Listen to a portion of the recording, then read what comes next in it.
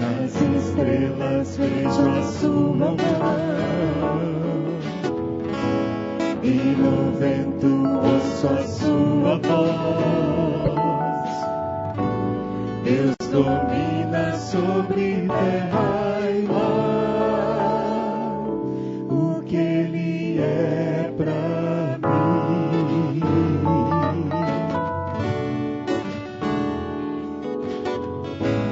Eu sei o sentido do Natal, pois na história tem o seu lugar. Cristo veio para nos salvar, o que Ele é pra mim. É que um dia seu amor senti, sua imensa graça recebi. Descobri então que Deus não vive longe lá no céu, sem se importar comigo, mas agora ao meu lado está. Cada dia sinto seu cuidar, ajudando-me a caminhar. Tudo Ele é pra mim.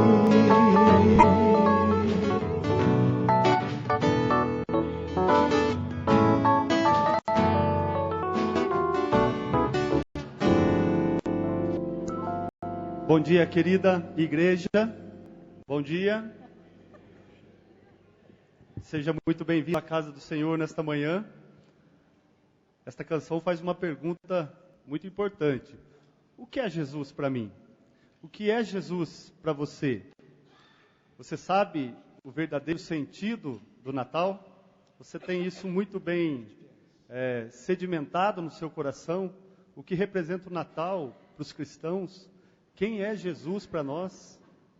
Que essa pergunta possa ser respondida ainda no final deste culto. Que você, caso ainda não tenha convicção de quem é Jesus para você e de qual é o sentido do Natal, que isso possa ser sanado, possa ser resolvido em nossa mente e no nosso coração. Amém? Vamos ler a palavra de Deus, livro de Isaías, capítulo 9. Isaías, capítulo 9, a partir do versículo 1, primeiro até o 7.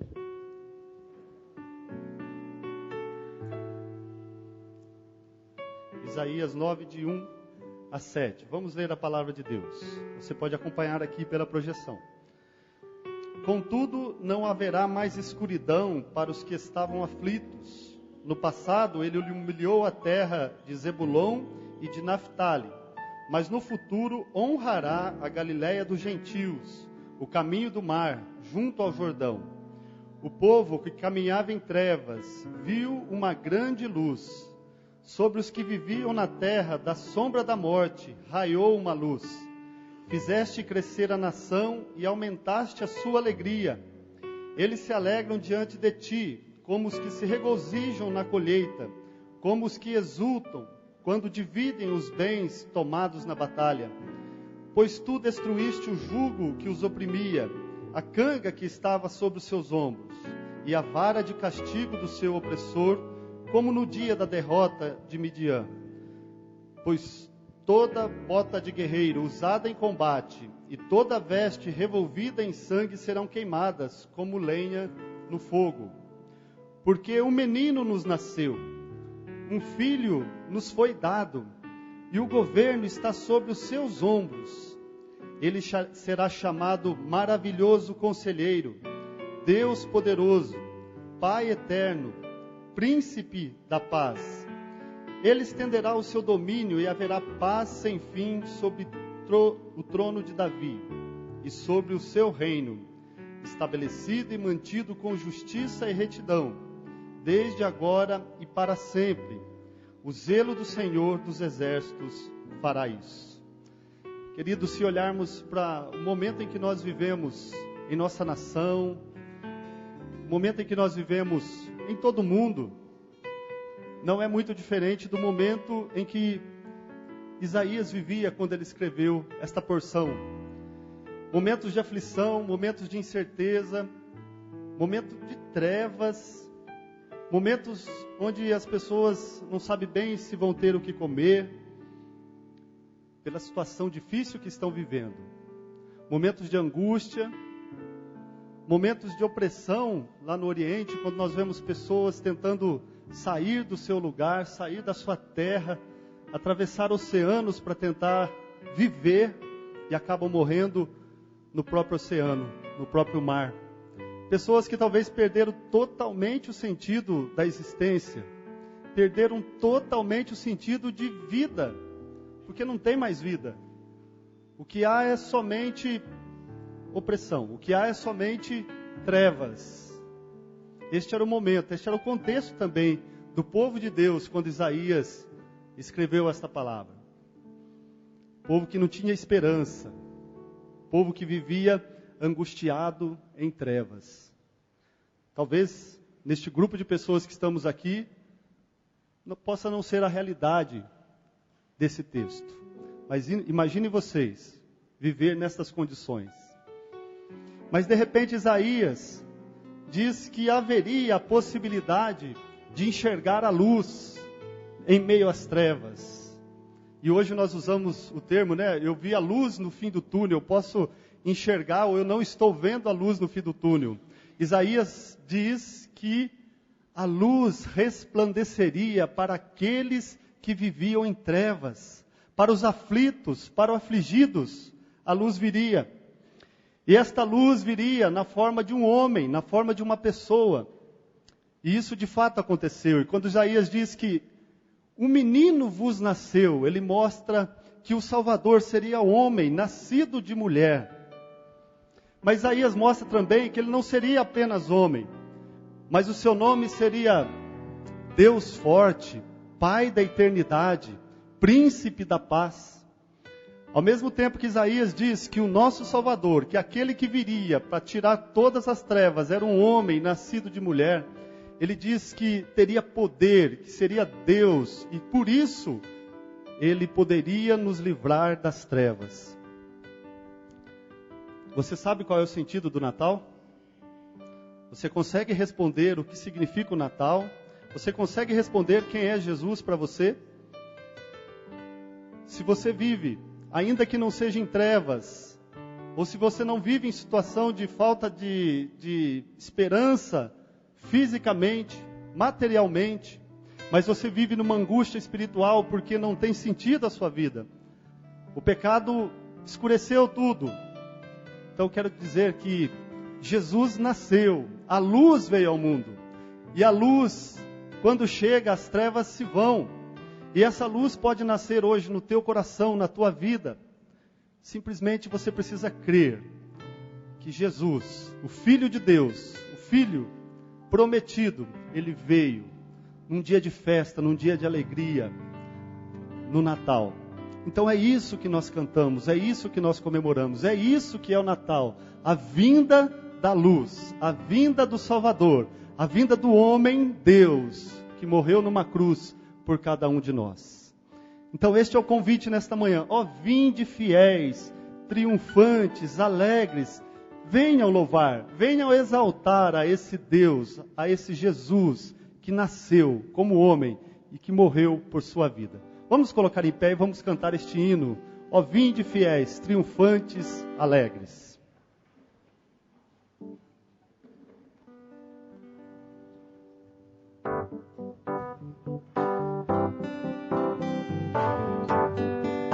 A promessa se cumpriu. O Filho de Deus, escrito há 700 anos antes de Cristo por Isaías, ele se tornou luz e habita entre nós. Vinde fiéis, triunfantes, alegres, sim, vinde a Belém, já movidos de amor. Nasceu vosso Rei, lá do céu prometido,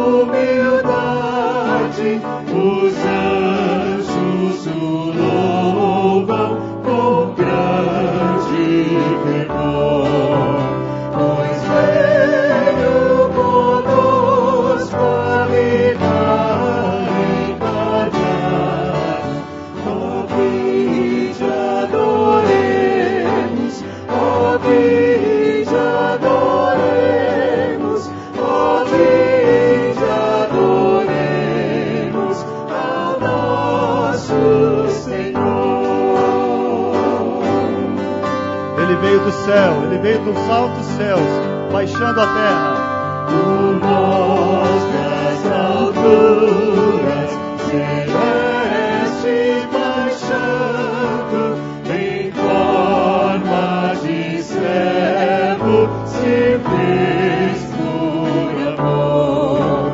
Em glórias da vida, nos dá sempre eterna. Vinde adoremos, ó vinde adoremos, ó vinde adoremos ao nosso Senhor.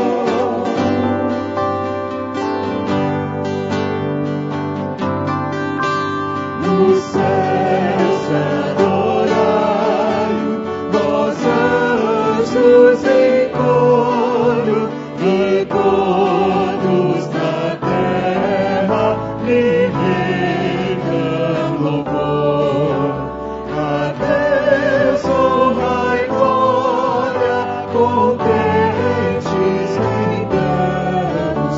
Ó vinde adoremos, ó vinde adoremos, ó vinde adoremos ao nosso Senhor.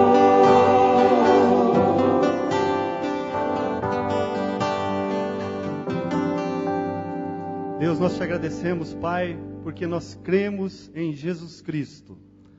Nós cremos no Natal, naquele dia em que o Deus se encarnou e habitou entre nós, cheio de graça e de misericórdia, para dividir a sua vida com simples mortais e ensinar, ó Deus, ensinar aos homens o proceder, a vida reta, e lhes dar, ó Pai, toda a esperança, toda a convicção da vida eterna. Muito obrigado, Senhor Deus, porque o seu amor foi tal que nos mandou o seu Filho para que viesse a este mundo morrer por cada um de nós. Ó Deus, nós te agradecemos em nome de Jesus. Glória ao teu nome. E a história, na palavra de Deus, a Bíblia conta como foi a vinda do Messias. Aqueles dias que antecederam, quando o anjo proclamou o primeiro Natal aos pastores, e estes pastores então foram ver, conhecer a Jesus. Vamos cantar este hino, o primeiro Natal.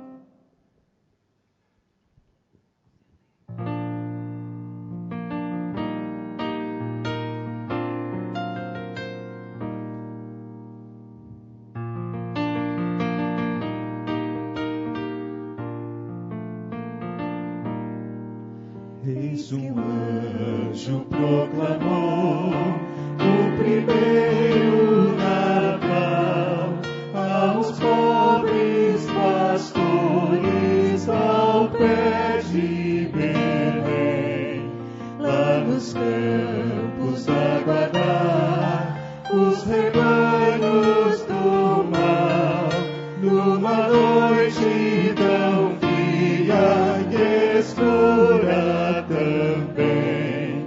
Natal, Natal, Natal, Natal, é-nos nascido um Rei divino.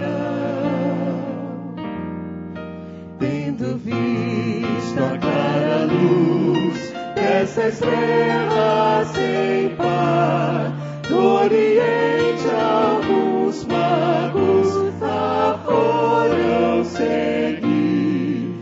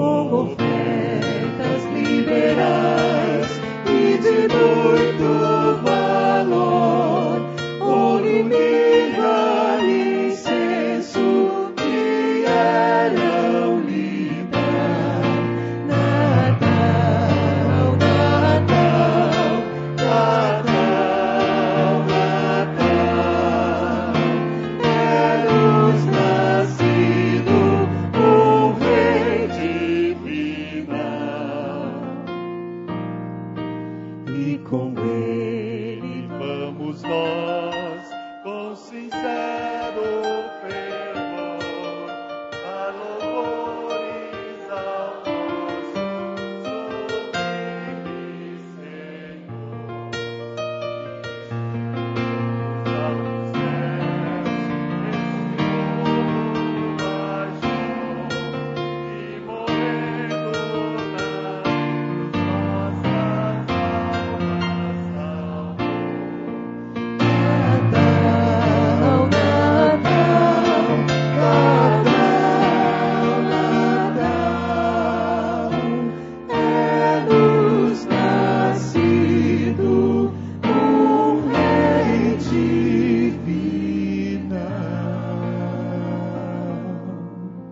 Se houve festa na terra, se ainda há festa na terra, por Jesus que veio, para os anjos não foi diferente. Os anjos faziam festa cantando glórias a Deus nas alturas. Glória a Deus nas alturas.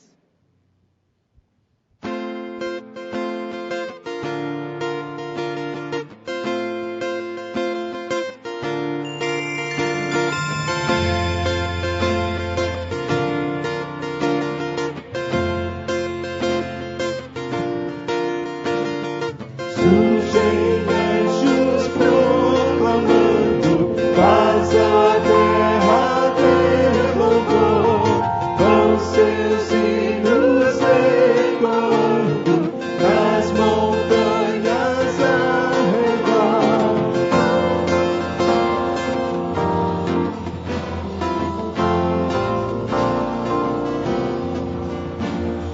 Glória a Deus nas alturas.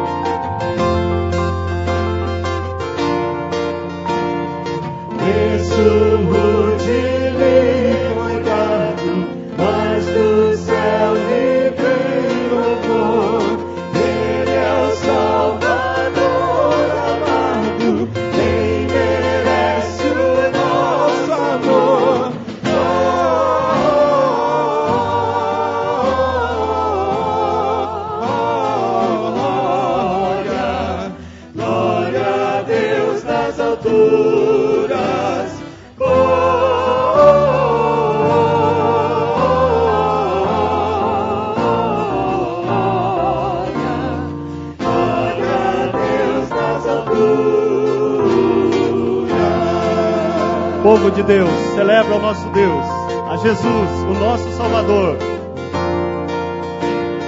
Povos, tribos, celebrai-o, glória a Deus também dizei, ajoelhados adorai-o, Ele é o Cristo grande Rei.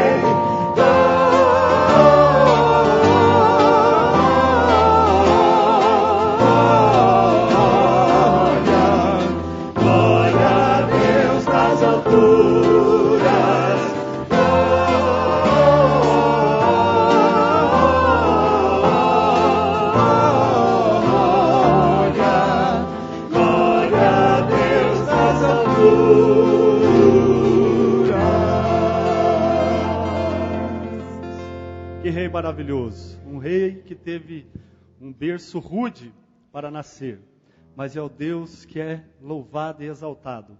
Um menino que não tinha onde nascer, é o dono do universo e tem seu trono nos mais altos céus. Esse é Jesus. Glória a Jesus. Nós vamos orar agora também pelos pedidos que estão aqui depositados, orar por nossas vidas, pelas pessoas que precisam enxergar, precisam ver essa luz que já veio ao mundo. Vamos unir as nossas fileiras aqui, dando nossas mãos, para que nós oremos, intercedemos. Nós te agradecemos, Jesus, por esta manhã em que nós podemos louvar o Teu nome, relembrando, ó Pai, aquele momento em que Jesus nasceu, Jesus veio ao mundo, Jesus se encarnou, se fez homem, viveu entre nós. Muito obrigado, ó Pai, por podermos fazer isso livremente, por termos a liberdade de glorificar o Teu nome por Jesus Cristo, o nosso Salvador. Te agradecemos, ó Pai, por cada pessoa que está na Tua casa nesta manhã. Ó Pai, que possamos entender o verdadeiro sentido do Natal e quem é Jesus para nós. Pai, abençoe também cada pedido de oração que está ali. Nós colocamos todos eles diante do Senhor. Sabemos, ó Pai, das Tuas providências e cremos nela. Por isso confiamos e descansamos em Tuas mãos. Ó Pai, nos abençoe durante este culto. É o que nós te pedimos em nome de Jesus. Amém, Senhor. Os irmãos podem assentar.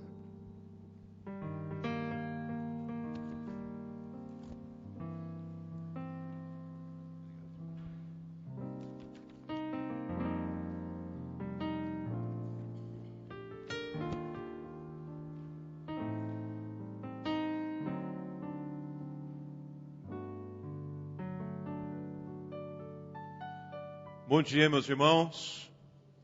A graça e a paz no Senhor Jesus. Amém, queridos? Amém. Como é bom estarmos juntos aqui novamente na casa do Senhor, nesta manhã já tão próxima da comemoração do Natal, cantando esses hinos de Natal que seguramente trazem, além de boas recordações, histórias, muitas para contar, nos levam também a um ambiente de adoração àquele que é o grande Rei, Jesus Cristo, nosso Deus. E tudo isso para nós deve ser razão da nossa alegria, do nosso louvor, a certeza do cuidado de Deus constantemente. Natal, pós-Natal, a misericórdia do Senhor se manifestando claramente. Nós temos falado durante este mês de dezembro justamente sobre esse tema. A alegria do Natal que transborda o nosso coração, que invade, que contagia também a vida das pessoas que estão à nossa volta. E hoje, mais especificamente, nós vamos falar sobre a alegria da salvação, hoje e no culto da quinta-feira. Vocês sabem que no dia 24 nós temos o culto. Quero falar da alegria da salvação em duas perspectivas. Hoje, na perspectiva da restituição da alegria da salvação. Quem sabe perdida por N razões. E na quinta-feira eu quero falar sobre a conquista da alegria da salvação, que foi conquistada por Jesus para nós. Ele é quem nos dá a alegria verdadeira da salvação. Então, eu convido você para abrir sua Bíblia no livro dos Salmos, no capítulo de número 51. Irmãos, eu não vou usar de novo, deixa para lá. Salmo 51, versículo 12. A palavra do Senhor nos diz de maneira muito clara, muito objetiva, sobre a alegria da salvação. Salmo 51, versículo de número 12. Diz assim a palavra do Senhor: restitui-me a alegria da tua salvação e sustenta-me com um espírito voluntário. Vou ler novamente. Restitui-me a alegria da tua salvação e sustenta-me com um espírito voluntário. Numa paráfrase, numa tradução da Bíblia chamada A Mensagem, essa expressão é assim: traz de volta o vento que sopra as minhas velas. Traz de volta o vento que impulsiona as velas da minha embarcação para que eu continue a caminhar. Feche mais uma vez os seus olhos e vamos falar com Deus em oração. Querido Deus, nós te damos graças porque o Senhor é real, o Senhor é fiel, o Senhor é presente nas nossas vidas.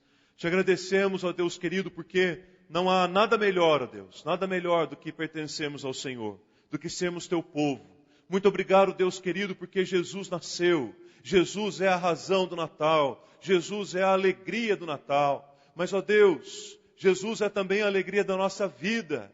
Mas quantas vezes, ó Pai, a nossa alegria tem desaparecido, ó Pai, de nós. Quantas vezes a alegria da salvação não está mais no nosso coração, ó Deus. Ó Pai, em nome de Jesus, nós queremos pedir que o Senhor nesta manhã, a exemplo do que o salmista pediu, nós também pedimos, ó Pai, restitui, Senhor, a alegria no nosso coração. Levanta-nos, ó Deus querido, com um espírito voluntário, pronto para te servir com alegria, com dedicação, com amor. Ó Deus, em nome de Jesus, que a Tua palavra fale de maneira muito especial ao nosso coração e que o Natal seja uma celebração única para nós, pela salvação em Jesus. Em nome de Jesus, o Teu Filho amado, é que nós oramos agradecidos. Amém e amém. Queridos, a vida cristã é marcada por algumas fases, desde o seu início, passando pelo seu crescimento até um estágio de maturidade. E seguramente uma das fases mais bonitas da vida cristã é uma fase que nós costumamos dar o nome de primeiro amor. Inclusive, recentemente, aqui, alguns meses atrás, quando eu falava a respeito da paixão, nós falamos justamente sobre isso, sobre a necessidade do primeiro amor, de resgatar o primeiro amor, de restaurar o primeiro amor. Mas minha ênfase nesta manhã é fazê-los lembrar quanto que o primeiro amor é importante para a gente. Quanto que o primeiro amor é gostoso.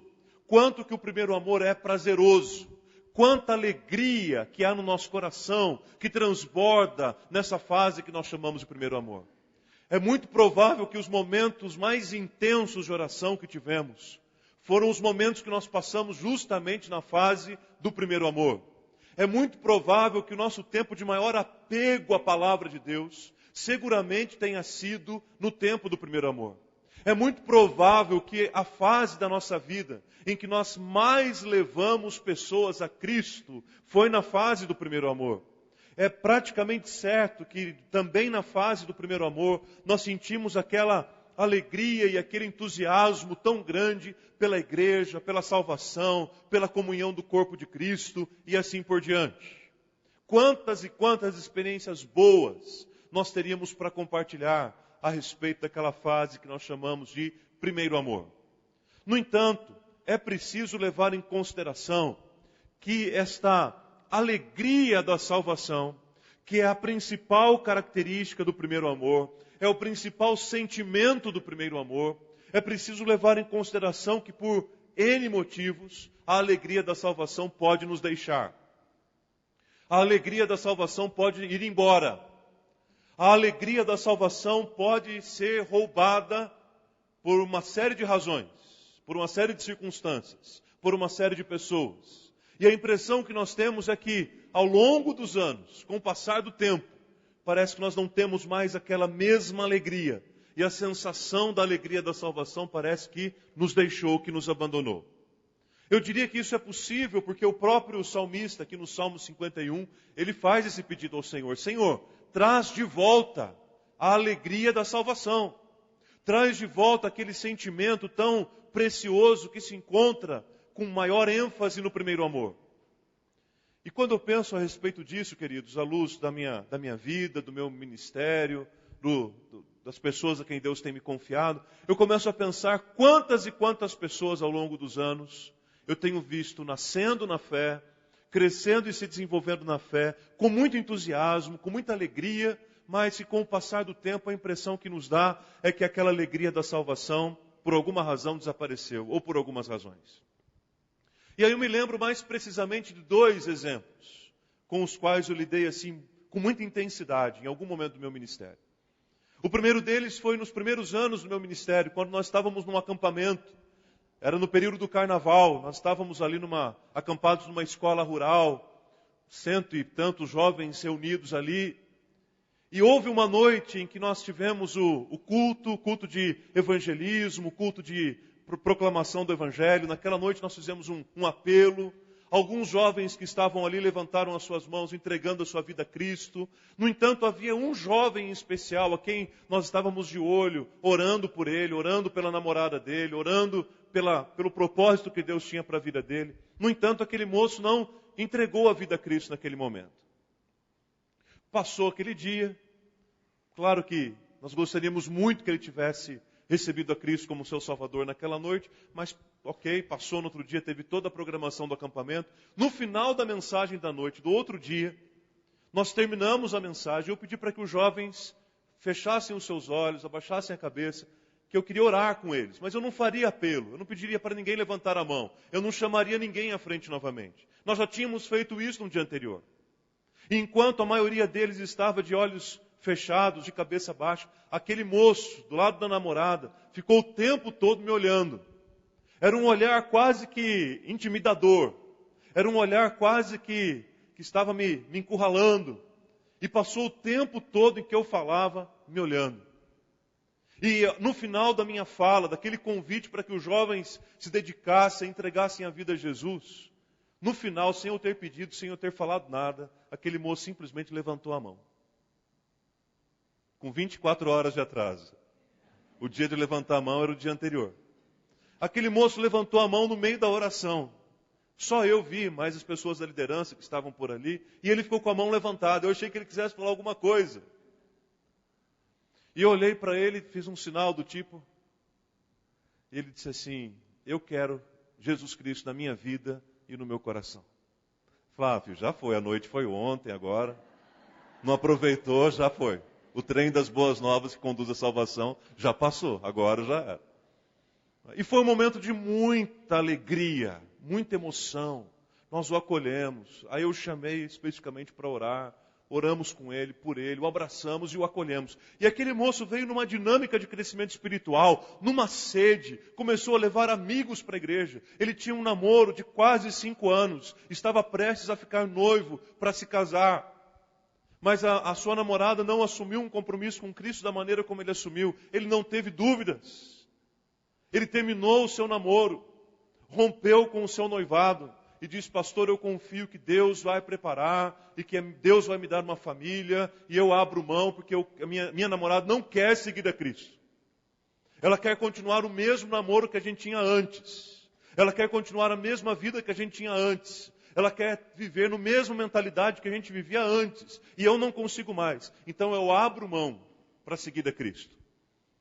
Precisamos fazer ali um discipulado muito rápido. Logo ele foi para a classe de membresia e começou a se preparar para se tornar um membro da igreja. E evangelizando pessoas e presente na igreja em todo o tempo, com o temor de Deus no coração, como poucas vezes eu vi. No dia do seu batismo, ele chegou. E apenas ele seria batizado naquela noite. E ele, na hora do batismo, ele se ajoelhou no tapete. Não havia nada, nenhum lugar para que ele se ajoelhasse. Ele ajoelhou e começou a cantar uma música de uma nova vida em Cristo Jesus. E foi batizado. A igreja ficou extremamente...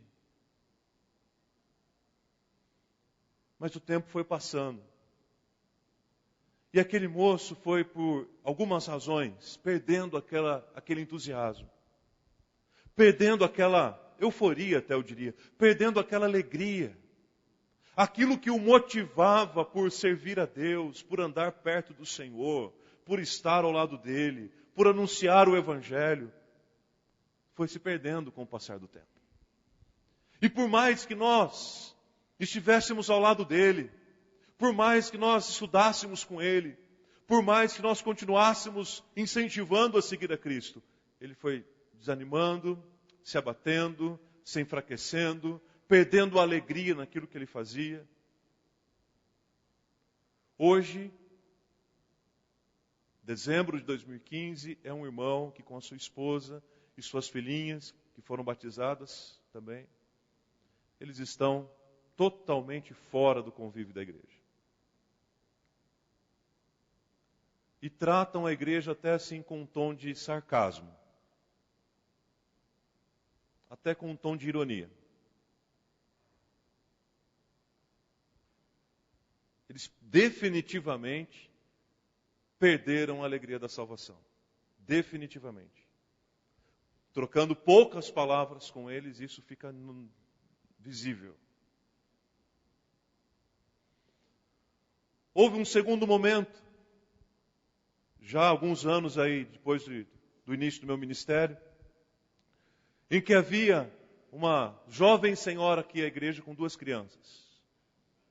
E ela começou a frequentar a igreja, foi um domingo, foi outro domingo, começou a participar. E num determinado domingo eu perguntei para ela, falei, minha irmã, e o seu marido, ele não vem? Você não tem marido? Como que é a sua história? Ela falou, pastor, eu sou casada, mas o meu marido abomina a igreja. Ele não quer nem saber de pastor. E na cabeça dele ele trabalha aí com dinheiro, com banco e tudo mais. Na cabeça dele, o Deus dele é o dinheiro. E na cabeça dele, a igreja é usurpadora do dinheiro das pessoas. Então ele permite que eu venha. Mas ao mesmo tempo, ele não quer que eu nem toque nessa notícia com ele. A respeito da igreja, da palavra. Eu disse, mas posso fazer uma visita para você em algum momento? Ele falou, olha, eu vou conversar com ele, depois eu digo para o senhor. E aquele homem, então, todos os domingos de manhã, ele parava o carro em frente à igreja, a família descia, ele ia embora para casa.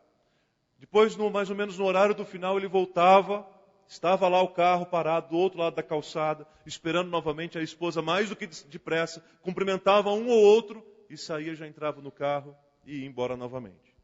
Quando acontecia algum imprevisto do culto demorar um pouquinho mais, e ele ficava lá fora esperando, imaginem, era um grande problema. Uma semana de discussões, uma série de conflitos. Ele chegava na sua casa e quebrava os móveis, jogava os objetos da cozinha contra a parede. Um dia ele chegou a despedaçar um aparelho de telefone, de tão nervoso que ele ficou por ter ficado esperando a esposa na porta da igreja. Um dia ele foi levar a esposa e ficou numa sorveteria que tinha em frente à igreja. E terminado o culto, eu fui até a sorveteria. Eu não sabia que ele estava lá. Eu fui por causa do sorvete mesmo. Na verdade, era um açaí. Tinha um açaí muito bom lá. Muito bem. Chegando lá na sorveteria, eu me encontrei com ele. E mais do que depressa, quando ele me viu, ele ficou muito desconcertado e disse assim, né? Tantas pessoas que poderiam estar na igreja e ficam na sorveteria. Eu disse assim, você está se dizendo de você, de mim, de outras pessoas? Ele falou, não, eu estou reconhecendo que eu poderia acompanhar minha família.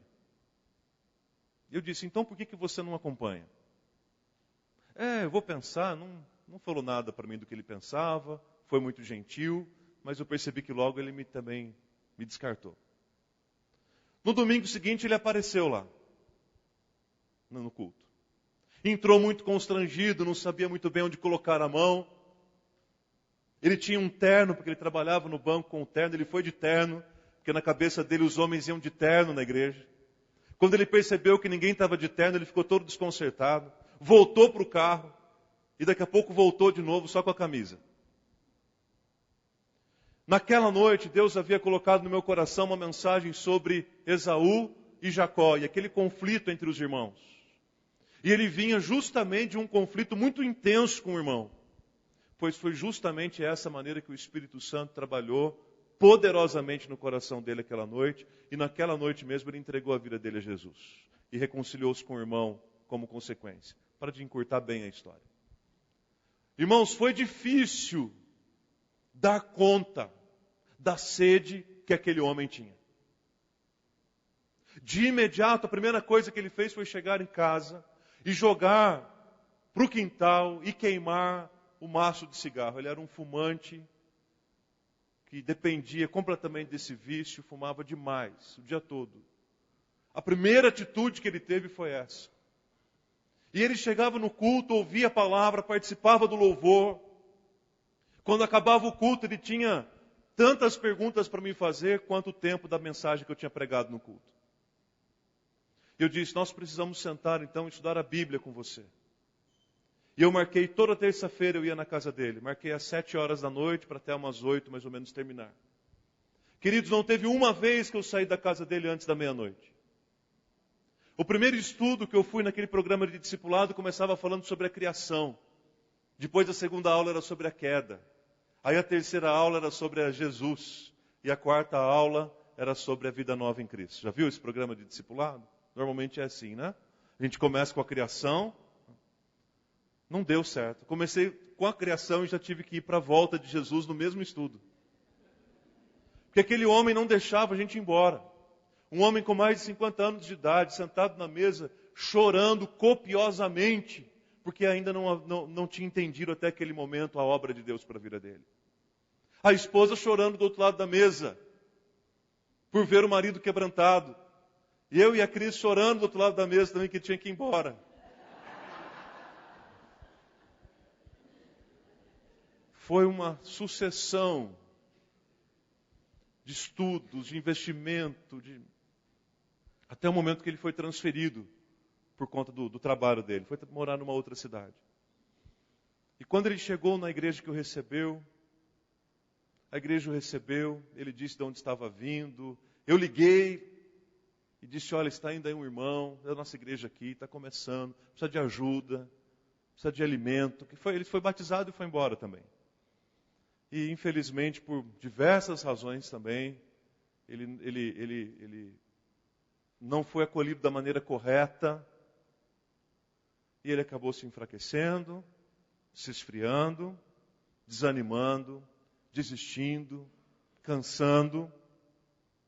Hoje, dezembro de 2015, ele é um homem que não tem, aparentemente, um pouquinho assim de alegria da salvação.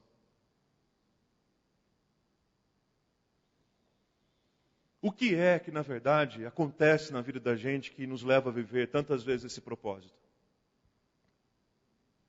E, queridos irmãos, qual que é a avaliação que eu e você fazemos da nossa vida em relação à alegria da salvação? Se nós pudéssemos quantificar a alegria da salvação, como é que seria isso? Se nós pudéssemos dar uma nota para a nossa experiência de alegria de salvação de 0 a 10, que nota nós daríamos? Porque se nós estamos falando que sobre a alegria do Natal, a alegria do Natal é Jesus. E Jesus só nasceu com um propósito. Jesus nasceu com o propósito de ser o Salvador, o Messias, o Filho de Deus, o Emanuel, Deus conosco, enviado ao mundo. Então, quando eu falo a respeito da alegria do Natal, é evidente que eu estou falando da alegria em Jesus. E quando eu falo da alegria em Jesus, é óbvio que eu estou falando da alegria da salvação. Alguns domingos atrás, eu compartilhei com vocês que se a alegria do Natal para a gente são simplesmente as confraternizações, os presentes, os encontros, os banquetes, nós estamos muito aquém daquilo que é a verdadeira alegria do Natal. E, consequentemente, o que é pior, muito aquém daquilo que poderia ser para a nossa vida e para a nossa experiência, a alegria da salvação. Aquele sentimento de entusiasmo, de euforia pela obra que Deus fez por nós, através de Jesus. E quem sabe neste Natal, dentre tantas coisas que nós podemos pedir ao Senhor, nós podemos pedir a mesma coisa que o salmista pediu no Salmo 51. Senhor, restitui-me a alegria da salvação.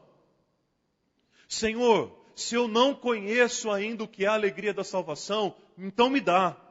Então eu quero conhecer. Então eu quero participar. Então eu quero sentir isso no meu coração também. Se existe esse negócio que a Bíblia chama de alegria de salvação, então ok, é algo que eu quero para a minha vida também. E é interessante porque Davi faz esse pedido ao Senhor numa oração, no Salmo 51, que é uma oração de profundo quebrantamento, uma oração de confissão, uma oração de arrependimento. E ele diz, Senhor, restitui aquilo que um dia eu perdi. Senhor, restitui aquilo que poderia transformar a minha vida. E o Salmo 51 tem uma relação muito grande com o segundo livro do Samuel, capítulo 12, do versículo 1 ao versículo 15. Porque aquele texto de 2 Samuel, capítulo 12, conta-nos um momento em que Davi cometeu pelo menos um grave pecado que trouxe consequências, que o levaram a pecar ainda mais. O pecado a que me refiro é o momento em que Davi comete um adultério com Batseba.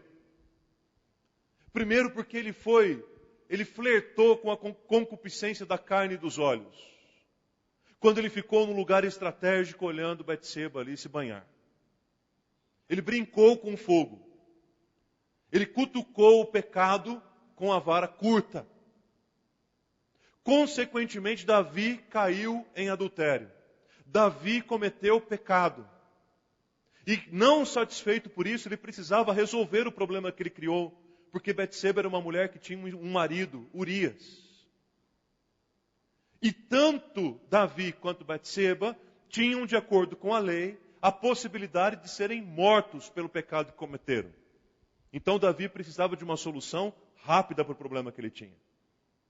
E ele não teve dúvidas. Chamou Joabe, o comandante do seu exército, e disse assim: nós vamos sair para a peleja, mas faz o seguinte: chame Urias, coloque Urias bem na linha de frente, coloque Urias bem na frente da batalha, e quando o exército sair, mantenha Urias na frente da batalha. Ora, quem são os primeiros soldados que morrem num conflito, na batalha? Senão aqueles que estão na primeira linha, na linha de frente. Davi expôs um homem que não tinha o hábito, a tradição, o treinamento para estar na primeira linha da batalha, colocando ali Urias justamente para que ele morresse. E assim por diante. Isso desencadeou, como eu disse, outros pecados na vida de Davi. Quando a ficha cai, quando ele entende a bobagem que ele tinha feito, ele se coloca diante de Deus em oração. Ele se refugia diante de Deus em oração e faz uma oração que está descrita e registrada justamente no livro dos Salmos, capítulo 51. Essa oração de Davi é tão intensa, é uma oração das entranhas, é uma oração da alma, porque ele vinha numa condição de pecado, ou pecados, de queda, totalmente desestruturado, e por isso ele se derrama diante do Senhor e clama: Senhor, por favor, me devolva a alegria da salvação. Observem que ele não pede para que o Senhor lhe devolva a salvação. Ele não pede que o Senhor lhe restitua a salvação. Não é isso. O que ele está pedindo é: Senhor, restaura em mim a alegria da salvação. No caso de Davi, especificamente, o grande responsável por ele ter perdido a alegria foi o pecado que ele cometeu. Os pecados que ele cometeu. As consequências que isso teve para ele. Isso foi minando as forças do rei. E no Salmo 51 ele ora e faz esse pedido ao Senhor. Mas na própria oração de Davi, nós encontramos a maneira como Deus pode devolver a nós a alegria da salvação. E eu creio que uma das coisas que mais nos importa saber nesta manhã é justamente isso. Se nós em algum momento perdemos a alegria da salvação, então como é que ela pode ser restituída? Primeiro eu diria para vocês que a alegria da salvação é restituída à medida que nós comumente praticamos a confissão. A palavra de Deus nos diz, no Salmo 32, versículo 3, que enquanto eu calei os meus pecados, enquanto eu escondi os meus pecados, enquanto eu mantive os meus pecados no cárcere da minha alma, isso trouxe para mim consequências desastrosas, para minha saúde emocional, para minha saúde física e para minha saúde espiritual. Emocional, porque a minha alegria se tornou em sequidão de estio. Física, porque os meus ossos envelheceram. E espiritual, porque eu perdi aquela sensação de que o Senhor está presente comigo. Então, queridos, todas as vezes que nós ousamos ocultar diante de Deus um pecado que está no nosso coração, as consequências são muito ruins. E eu não teria receios aqui de afirmar que existem muitas pessoas sofrendo fisicamente e emocionalmente, dentre outras razões, por conta de pecados que ainda não foram confessados. Eu não teria medo de dizer que o próprio ambiente da comunidade é punido quando a comunidade oculta entre si pecados. Vemos isso no Antigo Testamento na pessoa de Acã, que foi aquele cidadão que escondeu a capa, não era para esconder, o povo todo foi derrotado, assim por diante. Vemos isso no Novo Testamento com Ananias e Safira, que roubaram lá o dinheiro que era do Senhor, e isso trouxe consequências muito sérias na vida do povo, na vida da igreja também. E assim por diante. Então, se nós de fato pretendemos ter uma alegria no coração, que não está fundamentada em circunstâncias, a primeira coisa que a gente precisa fazer é se envolver com esse hábito, com essa prática de confessar. De entrar no nosso quarto, de fechar a nossa porta e de dar diante de Deus nomes àquilo que nós temos feito de pecado. E ao invés de dizermos, Senhor, perdoe os nossos muitos pecados. Muitos momentos, a única saída que nós temos é dobrarmos os nossos joelhos e dizermos para Deus, Senhor, eu sou um pecador, me perdoe. Parece que eu estou dizendo algo tão óbvio, só que nós vivemos nessa cultura da autoajuda, que diz para você constantemente que você é o cara. Nós vivemos inseridos nessa cultura da autoajuda que diz que a solução está em você mesmo. Que diz que você é o bam. Que diz que você é o maioral. Que diz que você não pecou, você apenas pisou na bola. E aí, todas as vezes que nós nos aproximamos diante de Deus para dizer, Senhor, tenho pecado, e o Senhor é o único sacerdote a quem eu posso confessar e receber de Ti perdão. Ah, queridos, a alegria da salvação transborda de nós. Porque a mesma palavra de Deus nos diz na primeira carta de João, capítulo 1, versículo 9, talvez você saiba até de cor este versículo. Se confessarmos os nossos pecados, Ele, o Senhor, é fiel e justo para nos perdoar os pecados e para nos purificar de toda injustiça. Então, a restituição da alegria da salvação começa por aqui, mas não para por aí. Em segundo lugar, eu diria que depois de termos confessado diante de Deus, é preciso buscarmos algo que a Bíblia dá o nome de santificação. A palavra santo, e ser santo não é ser impecável. Ser santo não é ter um estilo de vida canonizado. Ser santo não é ter uma conduta completamente livre do pecado, porque nós só estaremos livres dele, na presença de Jesus eternamente. Mas a palavra santo significa alguém separado, alguém consagrado, alguém dedicado a buscar a Deus com intensidade, queridos. E nós precisamos nos preocupar com isso, sabem por quê? Porque quando nós confessamos diante de Deus os nossos pecados, nós estamos nos esvaziando de nós mesmos e dos pecados que cometemos. E a grande pergunta é, com o que nós ocuparemos aquele espaço deixado pelo pecado? Nós temos duas opções. Ou nós ocuparemos aquele espaço deixado por pecado com mais pecado, que é o que João fala de viver na prática dele, do pecado. Ou então nós encheremos aquele espaço deixado pelo pecado com a presença de Deus, buscando a santificação, vivendo em santidade, vivendo como gente separada. A palavra de Deus diz claramente no Salmo 51, versículo 10, um pedido maravilhoso: Senhor, cria em mim um coração puro, renova, Deus, dentro de mim um espírito inabalável, porque eu sei que é aí que eu encontrarei alegria.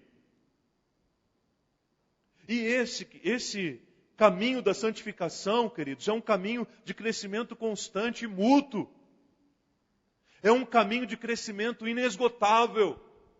Nós podemos pegar aqui a pessoa mais avançada em dias, ou então aquele que tem maior tempo de experiência de fé aqui entre nós. Ainda assim, nós temos o que buscar, ainda assim nós temos alimento para buscar na palavra de Deus. Lembrem-se do que está escrito em Hebreus capítulo 12, versículo 14. Segui a paz com todos e a santificação, sem a qual ninguém verá o Senhor. Então, enquanto eu trilho o caminho da santificação, a alegria da salvação vai me enchendo, vai me transbordando, vai me levando a querer mais, a buscar mais de Deus para a minha vida. Queridos, um coração livre de pecado e uma vida em constante busca pela santificação não tem como ser uma vida triste. Não tem como ter perdido a alegria da salvação. Por fim, eu diria para vocês que além de praticar a confissão como um hábito natural e diário, além de buscar a santificação como um caminho, uma prática constante, o salmista deixa bem claro que a alegria da salvação transborda o nosso coração também à medida que nós participamos do serviço. Mas notem que o serviço ele traz como o último elemento do salmo. Primeiro ele diz, confessa. Depois ele diz, santifica. Depois ele diz, agora eu vou servir. Muitas pessoas, na tentativa de ver restaurada a alegria da salvação no seu coração, querem fazer coisas. E o fazer coisas é importante. Mas o fazer coisas só vem depois de um coração puro e de uma busca incessante por Deus. Notem que a partir do versículo 13, o salmista usa algumas expressões para explicar isso. Ele diz assim, Senhor, transforma a minha vida, perdoa o meu pecado e tudo mais, para que eu então ensine. Isso é participar do serviço. Ainda mais o ensino, porque ele diz assim, eu quero ensinar aqueles que estão vivendo em pecados, para que eles não vivam mais. Percebem? Ele está dizendo assim, Senhor, minha experiência contigo foi tão profunda, que eu quero ajudar justamente as pessoas que cometeram o mesmo erro que eu, para que não cometam mais. Eu ensinarei aos transgressores o seu caminho. Quem é ele para ensinar aos transgressores? Ele está aqui numa oração de confissão. Mas ele tem tanta consciência do perdão de Deus na sua vida que ele diz, eu quero evitar que outras pessoas caiam como eu. Eu quero com a minha língua exaltar a tua justiça. Eu quero com a língua cantar os teus louvores. E aí, queridos, ele diz, olha, eu quero também entregar ao Senhor o meu coração. Vejam o versículo 17. Sacrifícios agradáveis a Deus são o espírito quebrantado, coração compungido e contrito. Não os desprezarás, ó Deus. Ou seja, ele tem consciência daquilo que Deus mais se agrada. São os sacrifícios de coração quebrantado, de espírito contrito e compungido. Ele está dizendo assim, sacrifícios não têm valor nenhum. Como assim? Nós estamos falando do Antigo Testamento. Nós estamos falando de um período na vida do povo de Deus em que os sacrifícios tinham sim um valor muito grande. Mas ele ousa dizer, sacrifícios que agradam verdadeiramente ao Senhor, são aqueles sacrifícios que acontecem aqui no coração da gente. E aí, para terminar, eu queria fazer uma comparação entre o versículo 17 e o versículo 10. Passa para mim, Marco, tem uma tela. Yes. Propositalmente eu coloquei o versículo 17 antes do versículo 10. Porque primeiro ele define o que é agradável a Deus. E notem como nesses dois versículos os conceitos espírito e coração aparecem e se repetem. No versículo 17 ele está dizendo, sacrifícios agradáveis a Deus são o espírito quebrantado. Qual que é a qualificação que ele faz do espírito? Um espírito quebrantado. Sacrifícios agradáveis a Deus são o coração, e como que ele qualifica? Compungido e contrito. E aí depois no versículo 10 ele diz, Senhor, cria em mim um coração puro e renova dentro em mim um espírito inabalável. Coração puro e espírito inabalável. Gente, pecados confessados a Deus são perdoados.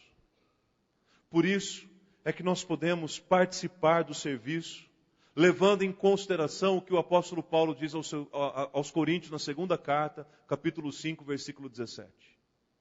E assim, se alguém está em Cristo, é nova criatura. As coisas velhas, todas elas ficaram para trás. E só há uma pessoa interessada em nos fazer lembrar, culpar, julgar por aquilo que ficou para trás. O adversário. Porque se alguém está em Cristo, tudo se fez novo. Por isso, irmãos, eu creio que a oração do Salmo 51, principalmente nos versículos 17 e 10, é uma oração extremamente necessária para o Natal de 2015. E talvez ouvindo esta mensagem, a sensação que você tem é que eu estou fazendo um convite para você voltar àquilo que um dia você já foi. Já que a gente está falando de alegria de salvação, que por algumas razões podem ter sido perdidas ao longo da história, talvez você entenda ao final dessa mensagem assim, bom, a mensagem de hoje, o pastor nos desafiou a voltarmos onde nós paramos e voltar no primeiro amor. Não, não é esse o desafio da mensagem. Embora em Apocalipse capítulo 2 nós encontramos essa sugestão, lembra onde você caiu, volta, retoma lá onde você caiu, se arrepende, recomeça, vai de novo. Mas não é esse o meu desafio ao final dessa mensagem. O meu desafio não é para que eu e você voltemos em algum momento da nossa vida. O meu desafio é para que eu e você sejamos, daqui em diante, aquilo que nós nunca fomos. Mesmo nos momentos de maior alegria do primeiro amor. Pode ser que você considere um momento chave da sua vida. No ano de 90, meu primeiro amor foi lá, e aquele momento, quando eu cheguei na igreja, foi naquela época, foi assim. Legal. Eu não estou convidando você para voltar para lá. Estou convidando você para viver uma experiência ainda nova e maior daquilo que vem para frente. Porque a tendência natural, à medida que caminhamos com Jesus, é que essa alegria vá cada dia aumentando mais e mais, e não diminuindo. Então o caminho natural seria vivermos hoje uma alegria da salvação muito mais intensa do que aquela que vivemos ontem, mas muito menor do que aquela que viveremos amanhã. Que o Senhor nos ajude e nos abençoe, e nos dê um Natal de restituição da alegria da salvação. Amém? Quero convidar você para cantarmos juntos mais um hino. O hino oficial do Natal. O hino da noite de feliz, noite de paz, noite de amor. Eu quero convidar você para se colocar em pé mais uma vez e cantarmos juntos, pedindo ao Senhor que restitua em nós a alegria da salvação. Noite de paz, noite de alegria, noite de amor intenso.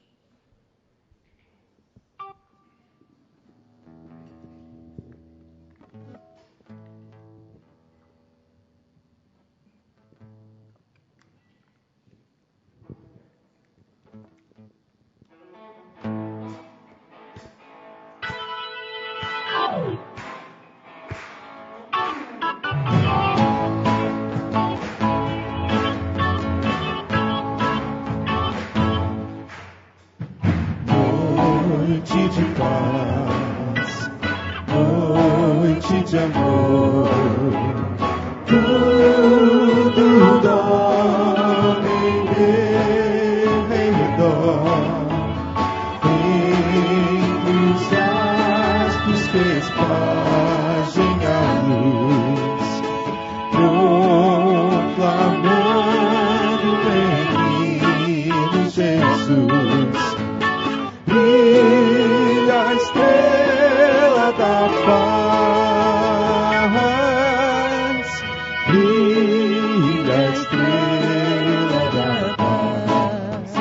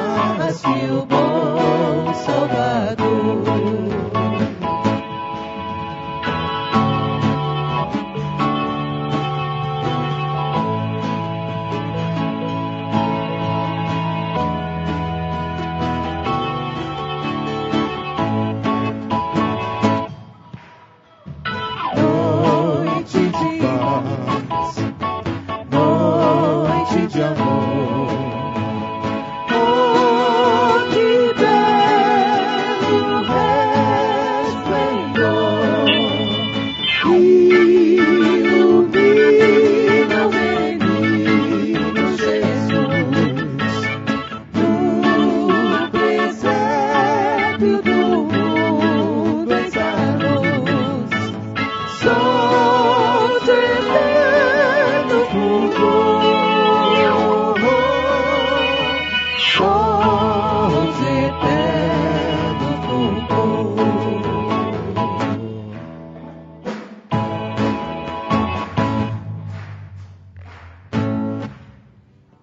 Vamos orar, queridos. Santo e eterno Deus, nós pedimos ao Senhor nesta manhã, restitui-nos, ó Deus, a alegria da Tua salvação, cria em nós, ó Pai, um coração puro e renova em nós um espírito inabalável, reto, ó Pai, diante do Senhor. Que neste Natal, ó Pai querido, seja a oportunidade para alinharmos, ó Deus, a nossa vida, o nosso coração diante de Ti, confessando, ó Pai, diante do Senhor os nossos pecados, contando, ó Deus, com o Teu perdão e com a Tua misericórdia. Um tempo, ó Pai, de busca incessante pela Tua presença, pela Tua palavra. Um tempo, ó Deus, de prepararmos a nossa vida para servirmos ao Senhor com intensidade, com alegria, mas também com autoridade, ó Deus. Ó Pai querido, abençoe grandemente o Teu povo aqui congregado. Que, ó Deus, que a alegria do Natal, a alegria da vida, a alegria de Jesus, a alegria da salvação, transborde, ó Deus, os nossos corações. E nos dê, ó Deus, a plena certeza de estarmos na Tua luz, na Tua presença, desfrutando, ó Pai, dessas bênçãos que a salvação em Jesus nos garantiu. Abençoe-nos, ó Pai, neste domingo. Abençoe-nos, ó Deus, nessa semana. Guarda, Senhor, aqueles que vão viajar durante essa semana. Abençoe aqueles que vão passar sua celebração em família. Ó Deus, que Jesus não seja esquecido. Pelo contrário, que Ele seja o centro em tudo e entre todos. E agora, povo de Deus, que a maravilhosa graça do nosso Senhor e Salvador Jesus Cristo, que o amor insondável de Deus, nosso eterno e poderoso Pai, que a comunhão e a consolação do Santo Espírito repousem sobre vós e sobre vós permaneçam, desde agora e para todos sempre. Amém e amém, Jesus. Podem se sentar, queridos. Quero apenas desejar a todos um domingo muito abençoado. Aqueles que não estarão aqui no dia 24, também quero desejar um Feliz Natal, e que seja um tempo muito especial também em família. Ontem nós tivemos aqui uma apresentação da Companhia Efatá, que será reapresentada hoje no culto da noite, às 19h. Contamos com a sua presença também, trazendo convidados e visitantes. Pedimos a sua atenção